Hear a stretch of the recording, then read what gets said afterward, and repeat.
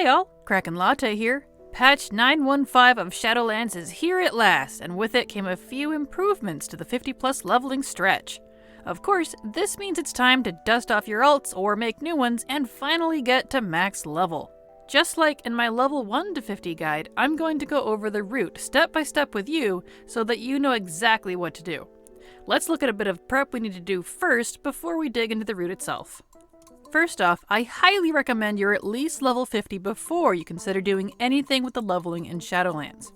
Getting those extra 2 levels in the new expansion content will make this route way longer, and actually impossible, and you can't skip the mod intro until you're level 50 now. Next, you'll want to have unlocked flying. It's pretty easy to unlock this time as you get it early on in the Korthia campaign. If you don't have flying and still want to do this route, well, don't expect great times. There are also 5 things I recommend you get, though they are not required. Number 1, an upgraded heirloom set. These now scale up to level 60 and will be 8 item levels higher than most other gear you get over level 51, so they'll make leveling a breeze. Number 2, engineering and the wormhole generator for Shadowlands. You don't have to have this either, and you may not want to dump your current professions. I totally get that. But if you can, this toy will make traveling between zones a snap. Number 3, the Shadowlands Scouting Map. This discovers all of the flight points in the Shadowlands for you. This also is not required, and I don't actually use flight points in this guide. But if you don't have flying or you don't want to get engineering, then this could help you get around. Number 4. If you have at least one character at Renown 80, you're eligible to buy the Broker Mark of Distinction, which will boost any level 50+ alts Renown to 40. Sweet! We'll be getting all the way over Renown 65 by the end of this route if you can buy this item. And, to this point, I have this guide set up the way I do to be fast, but also to get you as much Renown before the end as reasonably possible. And don't worry, this route is still totally good even without this item. It only affects the Renown level, not your speed or XP. That'll make sense as we move along. And number 5, add-ons. The 3 add-ons I use for questing in the Shadowlands are Auto Turn-In, Cinematic Canceller, and Help Me Play. I recommend getting all 3, but I warn you, don't turn on Help Me Play until I say so in the guide, or it will auto-accept something you don't want and you'll be forced to screw up the route, so that one's a little dangerous. So that's really all the prep you'll need. You're also welcome to pick up professions like herbalism or mining for some extra XP if you want, but I tend to get too distracted and don't make good time when I do that, so if you're not worried about time though, go for it. So, let's dig right into the route. Now, ironically, we're not going straight to the Shadowlands just yet, unless you want to. You actually have a couple options at this first step. The goal for step 1 here is to hit at least level 51 before hitting any of the 4 Shadowlands leveling zones. Times and results will vary, so pick your poison. Option A, Island Expeditions. Remember those? You can solo queue for them now, and they give pretty good XP in the early 50s. To do that, you just need to talk to the NPC standing behind the islands table, where you'd normally queue and choose a private tour. As a tip, if you plan on skipping the Maw intro, it might help to grab your Covenant power first if you think you might struggle. But you cannot go back and do the Maw intro after you've chosen to skip it, so be absolutely sure of this decision first. And if you do this, do not choose a zone yet. It will screw up the route if you do. Just warning you, so you might want to watch further into the video first. You should only need 2, maybe 3 islands total before you hit level 51, and it should take you less than 30 minutes, if that. These do provide moderate challenge, so be prepared to get your epic pants on. You can do this with up to 3 people, but the XP will lower when you do. You can also still do the queued version as well, but the queue times might suck, so I don't recommend that one if you're trying to be quick about this. Option B, the Maw intro. Yes, I know, your totally favorite expansion intro with lots of unskippable RP that makes you want to punt a puppy. But it does give you a full level, and it's easy, so if you just can't do the islands, you can do this scenario. The drawback is it'll take you about 40 minutes, but if the islands are eating your face for some reason, then this would be better.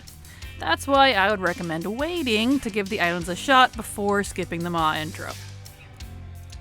And as a more optional option, not really option C I guess, if you feel like you're doing good on the islands, or you want to do the islands to level 51 and then do the Maw intro, you can use both of these to get to 52 before the XP starts dropping off. And this will give you a leg up, but I found that front-loading too much XP really hurts the later level zones, and since we want to hit up all the renown, you'll be stuck doing stuff at 60. So the rest of the guide will not account for this extra boost, but it is something to keep in mind. So, once you're at least level 51, and it's totally fine if you're over a bit, it's time to go to the Shadowlands. You can go ahead and do the Maw intro if you'd like, you'll still get a level, but I'm totally skipping it. I've seen it enough times. And of course, you do have to have done it once on your account to have the skip option, but that should be kind of obvious by this point. Oh, and make sure you have Help Me Play off. Off. It will choose the Maw intro for you, so unless you really want to do the Maw intro, make sure that add-on is off. Once in Oribos, talk to the Fate Scribe when he rolls up and select the Threads of Fate option. You're locked into this choice once you do, so make sure this is exactly what you want before using the rest of this guide. Of course, you'll only have this option if you've done the storyline at least once. After you've got Threads of Fate, go into Oribos and take a left. You can snag the Shadowlands Engineering from the NPC right here, and this will allow you to use the Wormhole toy. The route starting points in each zone will be based on using this toy, so keep that in mind if you can't use this. The toy itself can be crafted, or you can buy it on the auction house if you don't have it. Just one will cover your entire account. Now go turn in that introduction quest. Choose your covenant, and before you do anything else, make sure Help Me Play is off. I know I keep saying this, but it'll auto-select one of the zones for you, and you don't want that because we're selecting Torghast. Do not select a different zone, or you will be forced to do that zone and can't do Torghast until it's complete. Trust me, it's really annoying. Now, head to the upper ring of Oribos, and before you jump into the Maw, go talk to the vendor by the Flight Master. If you have it unlocked, buy the Broker Mark of Distinction and use it to get your renown to 40. Even if you don't really plan on using this renown on this alt, you're literally going to be over renown 65 by the end of this guide, and who knows, you might want that later. Totally recommend this if you're going to grind up to 80 in other covenants. So, that's what I'm gonna do. Now jump into the Maw and head to Torghast. You'll pick up the daily quest at the Broker NPC here, and this quest is what makes Torghast doing worth at least once, as it has the bulk of the XP from this step. And doing this has a chance to get you at least one renown from Torghast itself, and a couple more from turning in the quest back in Oribos afterwards, so I think it's worth it. Pick whatever wing you want at this post thingy, they seem to change from week to week, and go for it. I find these wings to be super easy, but I also have Torghast fully upgraded thanks to the account-wide upgrades from Venari. So if you don't have that, it might be a bit tough, but I believe in you. While inside, I don't actually bother with a full clear of the rooms. I just bulldoze through what's in front of me and beeline for the next floor. The mobs themselves give very poor XP. The speed here is key, as it's what's going to make this worth it. That said, I do make sure to snag any souls I see, as well as making sure to do the follower NPC quests that you find, since those both give a decent bit of XP compared to the rest of the run. But don't skip a lot of trash either, just clear what's in front of you. With Torghast done, make sure to turn in that quest, head back to Oribos, and then turn in that quest. That'll get you some renown. Nice, right? And now, select Ardenweald as the next zone quest. And all that should have taken you between 15 and 20 minutes, and put you between 51.5 and 52. And if it wasn't obvious, doing Torghast without the daily is not great, so that's why we're only doing it once here, mostly for the renown. And if you haven't already, make sure to put on your heirlooms now to benefit from the set. I tend to not need them during the islands in Torghast, and I tend to forget, but I will feel it if I don't wear them out in the open Shadowlands zones, so. And of course, don't do this if you haven't upgraded them. Those won't help you. It also doesn't hurt to grab some gliders and spiritual healing potions as well. Both of those can be lifesavers, though they're not required. Now, we're actually not going to Ardenweald yet. We are going to Revendreth. The reason I picked the Ardenweald quest is because the turn-in for that zone is the closest to where the wormhole puts you. And you do need to turn in that intro quest before you can get the zone you chose's aid quest. Without the intro quest, zones will just automatically give you that quest when you enter them, so no worries there. So, use that wormhole toy and choose Revendreth. Oh, and now you can turn on the add-on Help Me Play if you pick that up. It will help with dialogue selection and auto emotes for the quests that need them, so it really is nice. The wormhole will put you in the southeastern side of the zone, and so that's where we're going to start. Here's a map of the route line, and don't worry if this looks confusing. I'll go through each area you need to hit up. And I'll have the zone's route list on the right here for you on screen, including the stuff we're skipping. We are skipping stuff. I will move quick to keep this from going too long though, so pause if you need to catch up. Are you ready? First, do this bonus objective to our right, since it's right here. Easy peasy. Then, fly west to the Ember Ward. Make sure to fly over the gate so you don't get grabbed. There is a quest for the snacks for the gate guy down there, but we don't need it. Here, do the bonus objective first. We're also skipping the Aroma quest and its follow-ups, since those are painfully full of RNG, so go pick up the wanted quest by the flight point instead. Either go do that wanted quest first and come back, or do Lawrence's quest first, doesn't matter the order. Either way, do that wanted quest and the entire chain for Laurent and the mirrors. After you've finished the last quest with Laurent here, leave the Ember Ward and fly over to Wayne Crypt. Pick up those quests and do the bonus objective here, both quests and the extra bat quest nearby. They're all on your map too, I'm sure you've noticed, which is really nice. And a random thought while I'm recording here, did they name this after Batman? Because there's a lot of bats here, and his last name is Wayne, Bruce Wayne. Bats, Wayne Crypt, anyways. When everything in Wayne Crypt is done, head over to Darkhaven and do all of those quests inside the town area. When everything in Darkhaven is done, head down south of Darkhaven following the quest to the little impy guy past the elevator, and do the whole quest chain that involves Nadja. The only quest we skip in this spot is the Aggregate of Doom Wanted quest, since he's quite hard to solo, but if you can do it, more power to you. Now, we're going to fly over to the Endmire and pick up that quest for the gems, and then do the bonus objective. Be careful in this area, you can get swarmed real easy, and there's an elite wandering around who will smash your face in. And yes, we are skipping the Papers quest and the Dirty Job quests with the dredges in the southeast, since we just don't need those. After the Endmire is done, head up north to the Halls of Atonement quest area and do that entire chain. Not the dungeon, the area. If you just focus on the quests, the bonus objective will complete itself since it overlaps with the whole area. And make sure to do all of the quests you find here, which are also marked on the map. At the end of that whole area, you'll be given the dungeon quest, but we won't be doing any dungeons in this guide, so we don't need it, but you might as well keep it in case you want it later. You may also see Stop the Inquisition on the map in the north, but don't bother with that. It's difficult and not worth the time. Now, go turn in your aid bar since that's complete for a nice chunk of XP. And we're done with Revendreth. You should be well into level 54 now, somewhere between 54.20 and 54.60. With practice, I've gotten this zone down to 60 to 70 minutes, but don't feel bad if you go over. This is a pretty meaty zone. It's time to whip out that engineering portal and go to Ardenweald. Here's that route on screen. It may look a bit janky, but just think of this as a big square. It's easier than it looks. We're also going to be doing everything in Ardenweald with no skipped quests, so you don't have to worry about that. Once in Ardenweald, go turn in that quest you'd picked up from Oribos in order to unlock the zone's aid bar.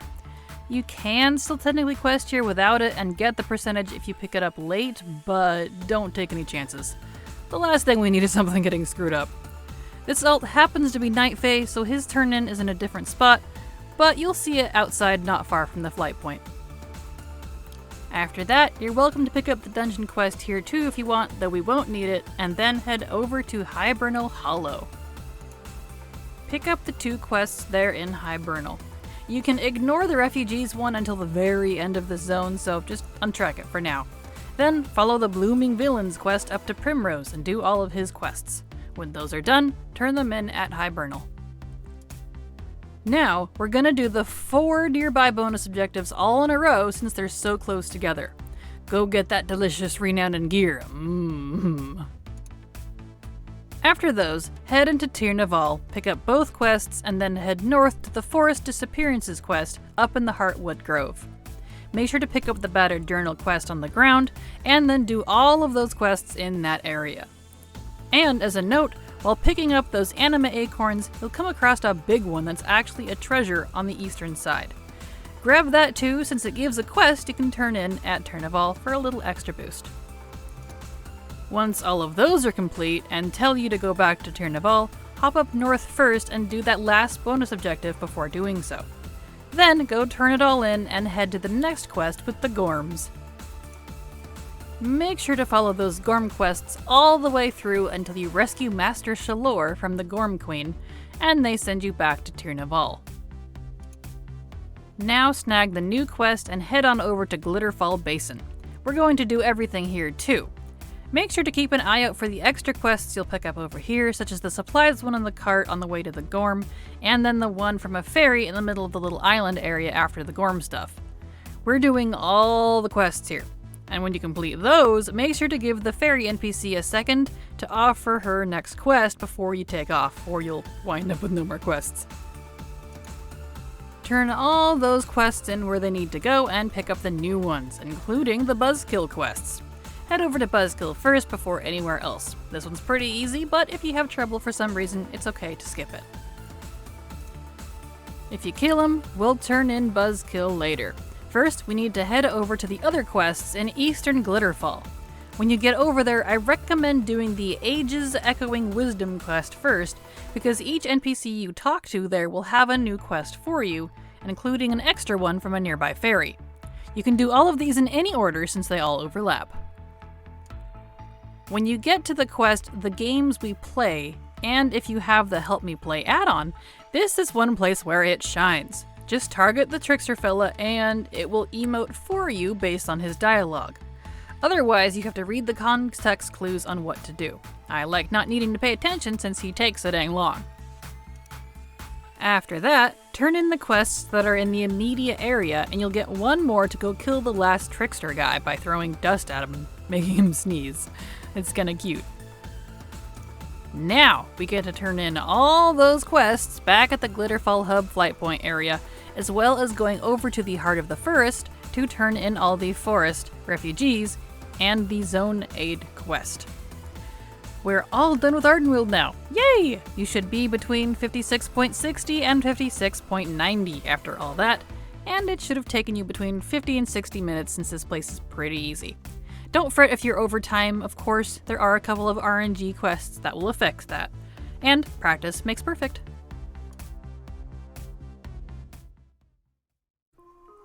We are moving away from Sparkle Land and going to Maldraxxus now, so fire up that wormhole toy and select it. It'll put you in the northwest-ish part of the zone, so that's where we're starting. Now, I'll be the first to admit, well, probably not the first, but certainly not the last, this zone's results kinda suck, no matter how you spin it. It just comes short everywhere, even after the bonus objectives were improved and some of the quests were buffed in multiple ways, so we're just doing the bare minimum here, enough to complete the aid bar. You could say we're just doing the bones of the zone? Ha, right, anyway. First, we're going to the Tower of Knowledge area and doing that quest chain with the broker. Once you've talked to the broker, he's going to walk his slow ass all the way over to the tower. You don't have to walk with him. Just go wait by the stairs of the tower and he'll show up after a couple of minutes. Yeah, you still kinda have to wait for him. Then, just do all the quests in the area. The Help Me Play add-on really shines here by emoting for you when you click on the tombstones to summon the mobs. With that area done, we're heading west to the House of Constructs for our first bonus objective, and then doing the 2 south of it in a line. We are skipping the Animator and Smack and Grab quests along the way. You can do them if you want, but the first one's way too RNG based for my taste, and the other ones always just have too many people there for some reason, and that makes both of these not worth the extra time. Once those 3 western bonus objectives are done, fly straight over to the southern House of Plagues, where the goo quests are. There's only like 3-ish quests here, but this quest area was buffed to give 9-ish% of the aid bar, so we won't pass that up. It's your call if you want to do just the closest globs for the turn-in, or if you want to help summon something, depending on if you care about time or not. With those little gooey quests done, head north and do that bonus objective, as well as the other north east of it. Those 2 are the last 2 bonus objectives of this zone. Now with all the bonus objectives done, we just got one more chunk of quests to do. Head to the eastern side of the Theater of Pain and do all the quests you find there, except for the Wanted quest. If you feel badass, go ahead, but I find Vix hard to solo.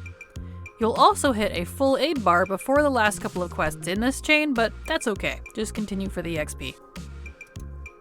This quest chain could take about 15-ish minutes since there are quite a few in this spot, but you'll know you're done when it sends you to the front of the theater and you grab the last quest, the ladder. The quest wants you to kill 3 of those big boys down inside the theater. We're going to skip that unless the world quest is up that overlaps with it. When that world quest is up, it's way easier to find people to do this, so that's the only time I bother. Whether you do that quest or not, we are done with Maldraxxus. The whole play should only take about 50 to 60 minutes, and you should be between level 58.20 and level 58.50. So, turn in your aid quest and pop out that wormhole. It's time for Bastion. Now, Bastion is our final zone. We're almost there. Yay! Now, it's important to know that you may not need to finish this zone's quests unless you want to.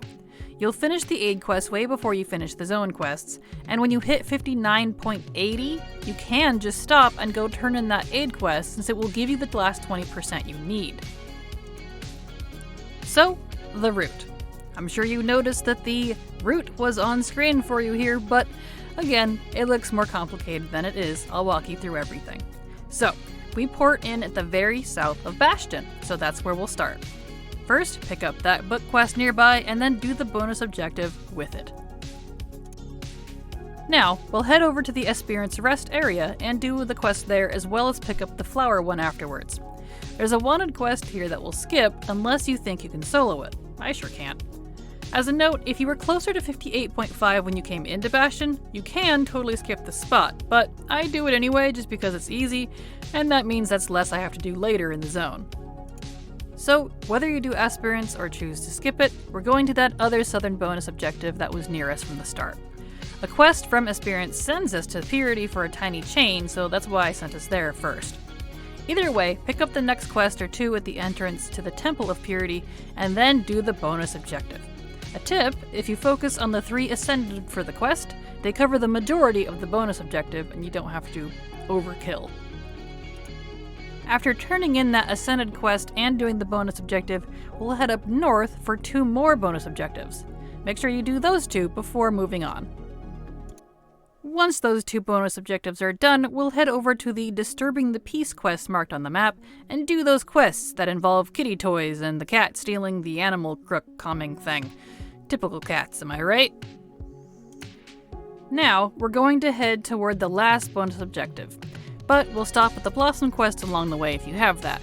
Pick the flower and pick up the quest A Fine Journey as well, and then head on to the final objective and do it. Once that's done, follow that Fine Journey quest you picked up and go to Agthia's Repose. Then do all the quests there. These ones are kind of neat since you get to see a fight against the Void. It may be a past event, but with the recent stuff with the Void we've had going on, is this foreshadowing perhaps? Please? Now, if you have that last flower quest, which is at the end of that chain from Esperience Rest, go turn that in real quick. Otherwise, let's go to the next step. Go to this teleport spot east of Hero's Rest and pick up the quest friendly rivalry there. This isn't required, but I like getting it for directions. Then, hop up to Heroes Rest real quick and snag the 2 wanted quests there. We're going to do Gorgebeak first and then turn that quest in. Next, follow that friendly rivalry quest you picked up from the spot before Heroes Rest and go do all the quests with the Robo-Kitties. During this, you will complete that aid bar, so now just watch your level. When you're 80% into 59, so 59.80, you can stop. So just quest with the Robo-Kitties and then into the Larians until you hit that point. When you do hit 80% or over, you can drop what you're doing and go turn in that aid quest. Woo! Grats on 60! Bastion could take you anywhere from 40 to 50 minutes depending on when you hit 59.8 and can turn in that aid quest. We're not completely done yet though, we still have those Return to Oribos quests. And those are important because they give renown. Haha! So use that wormhole one more time and port over to Oribos and turn them all in. And with that, we've done it! Not so bad, now was it? Plus, it looks like I hit 66 renown on this alt. The renown seems to vary slightly from somewhere, as I've hit 67 and 68 on some of my other alts as well, but never less than 65 if I made sure to follow this route. And I wound up with 2,000 anima, a legendary, a follower XP token, and over 10,000 gold. Pretty sweet, right? And there we have it. If you think I've missed information or you want to request I do a specific guide, let me know in the comments below. Even if I don't answer you, I just might add your idea to my list. As always, thank you so much for watching, and remember, it's never too latte. This is the part where I ask you to like, comment, and subscribe. Doing at least one of those gets my videos recommended more. The higher these numbers are, the more YouTube likes me, and that helps me bring you more coffee-fueled content. I thank you so much for any support you choose to give.